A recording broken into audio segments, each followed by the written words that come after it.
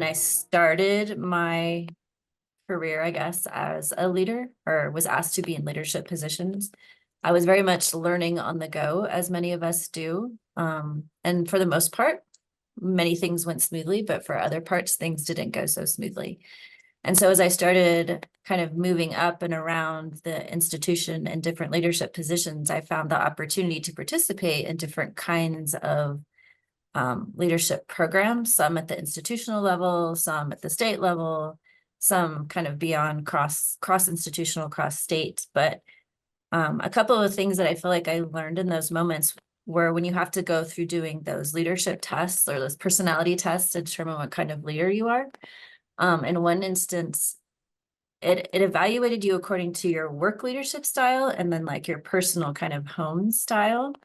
And I remember one of the aha moments was they said, you probably experience a lot of stress in your life if you have two distinct kind of personalities, one at work and one at home.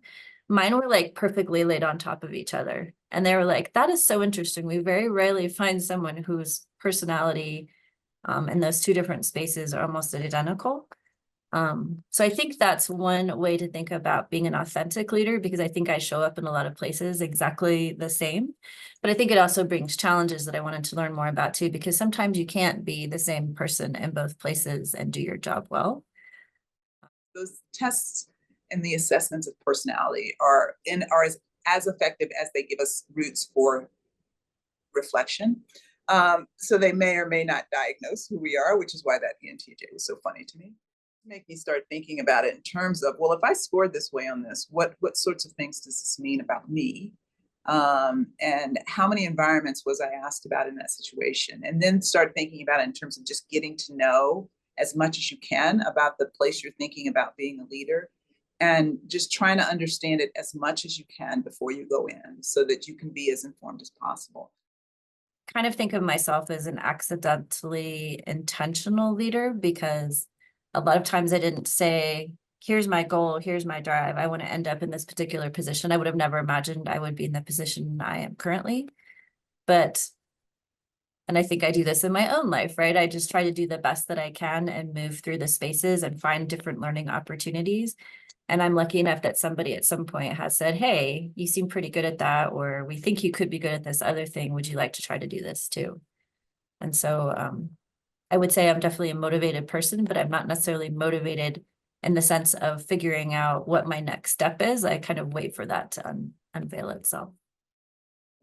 I'm visionary. I've always loved to establish a vision and create a team that helps carry that vision out. And as a faculty member, you can do that work within your classes, I imagine, but to affect the sort of institutional change that I have goals to affect, I gotta say, keep trying at it and don't let people push you out. What excites me, and even what excites me now, going back to my chair job where my faculty and staff welcome me back with open arms, is the ability to create and change. So, why is it that you want to lead? What is the environment that you want to lead in?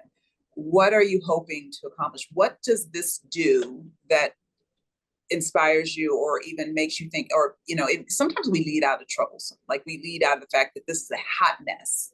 And I want to try to clean up some of that hot mess, and I don't. So if they're just starting out, I would start thinking about it in terms of, why is it that I'm doing this? And then I would start to sort of think about it in terms of, what information do I have? What do I know I can do with it? Like, I can step into this right now and do this, this, and this. And then I think about the areas, then I would write down some of the areas and consider, what do I need to know? What kinds of things do I need to have a better understanding of in this? And at some point in all of this, what sits right with my soul? What am I willing to do? You need to start with some of those boundaries, because if you don't, they'll be defined for you. And so I would say, start thinking about, what's my hard line on some things when it comes to this.